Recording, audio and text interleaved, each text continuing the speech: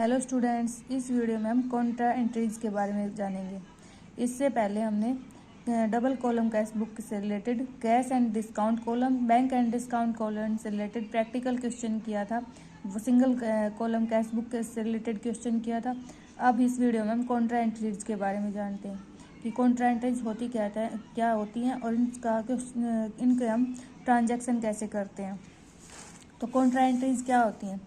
जब भी कोई हम ट्रांजैक्शन करते हैं, यानी कि हम बैंक में रुपया जमा कराते हैं या बैंक से निकालते हैं, तो उसका इफेक्ट दो खातों पर पड़ता है। एक तो कैश वाले कॉलम पे, एक तो कैश अकाउंट पे हमारा इफेक्ट पड़ेगा और दूसरा हमारा बैंक अकाउंट पे।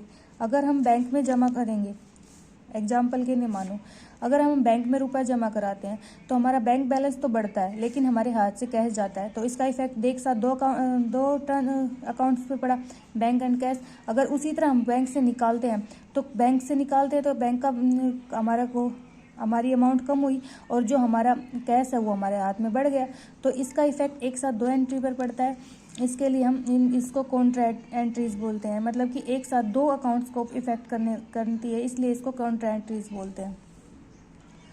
अब हम जानते हैं कि इसकी ट्रांजैक्शन कैसे करेंगे।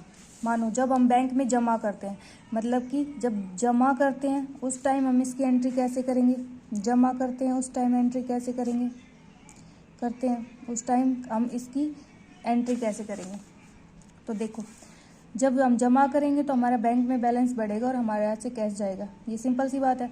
अब इसके हम अकाउंटिंग टर्म में इसको हम ट्रांजैक्शन कैसे करेंगे, तो उसके लिए हम क्या करेंगे, हमारा जो बैंक अकाउंट है ना उसको तो हम डेबिट करेंगे, ये इसका एंट्री है। और इसका जो कैश अकाउंट है इसको हम क्रेडिट करेंगे, ये इसकी एंट्री होगी, जनरल एंट्री। कि इसको जब जमा कराते हैं तो बैंक अकाउंट को डेबिट करेंगे और कैश अकाउंट को क्रेडिट करेंगे, क्योंकि हमारे जो गोल्डन रूल हैं उनमें से एक रूल है डेबिट द रिसीवर। तो इसमें रिसीवर कौन हुआ, बैंक अकाउंट। तो इसके लिए हमने इसको डेबिट किया, ठीक है।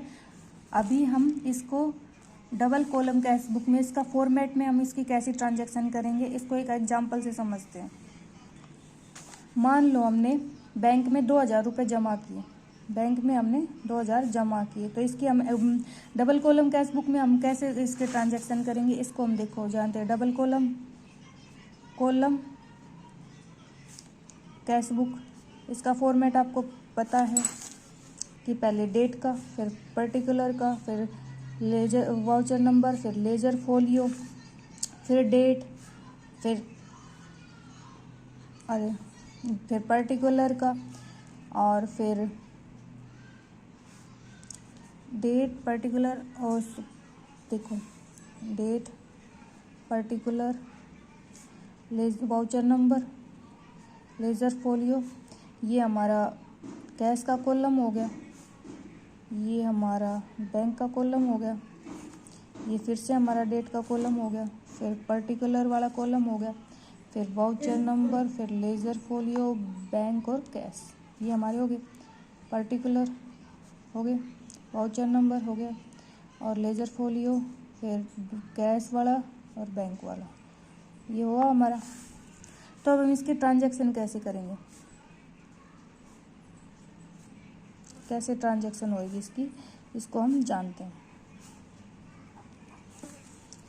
हमने बैंक में जमा किया, हमने पहले ही इसकी जर्नल एंट्री बता रखी है कि हम इसकी ऐसे जर्नल एंट्री किए, तो हम इसको कैसे करेंगे। तो ये टू कैश अकाउंट, इसका क्या हुआ, हमारा कैश पे इफेक्ट किया है। तो 2000 रुपये हम जमा हुआ है तो हमारे बैंक में बढ़ा है, तो इसके लिए हम 2000 रुपये बैंक में डाल देंगे। और एक चीज़ और, इसमें हम लेजर फोलियो में सी नाम से, मतलब कि ये हमारी कॉन्ट्रा एंट्री है, इसके लिए हम सी से डिनोट करते हैं इसको। अब बाई बैंक वाले अकाउंट कॉलम में हम क्या करेंगे कि हमारा कैश गया तो हमें मतलब कि हमारे हाथ से कैश कम हुआ है, तो इसके लिए हम 2000 का कैश में डाल देंगे। ये होगी हमारी सिंपल इसके ट्रांजैक्शन हम कैसे करेंगे। ये उसी तरह जब हम बैंक से पैसा निकालते हैं तो उसकी हम ट्रांजैक्शन कैसे करेंगे। तो उसके लिए हम डेबिट क्या करेंगे, हम कैश अकाउंट को डेबिट करेंगे और to bank account, bank account, तो हम इसके लिए ये ट्रांजैक्शन करेंगे।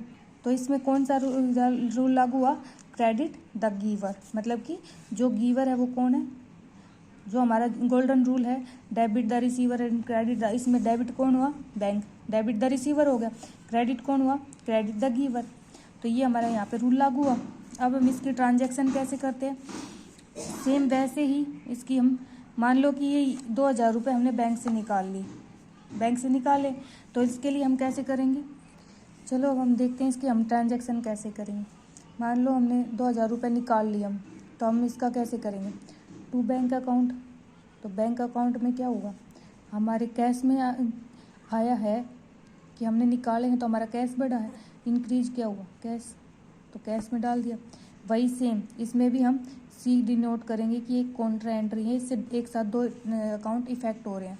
तो एक डेबिट साइड का और एक क्रेडिट साइड का, दोनों इफेक्ट हो रहे हैं।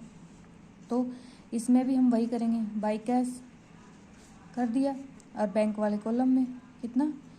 2500 रुपये की अमाउंट, और लेजर फोलियो में हम क्या डालेंगे? ये बैंक वाले कॉलम में 2500 रुपये अमाउंट, लेजर फोलियो में हम कॉन्ट्रा एंट्री। तो इस अकाउंट का इफेक्ट एक साथ दो, नहीं सॉरी, इस ट्रांजैक्शन का इफेक्ट एक साथ दो अकाउंट्स पे पड़ता है, इसलिए इसको कॉन्ट्रा एंट्रीज कहते हैं। Okay, thanks for watching.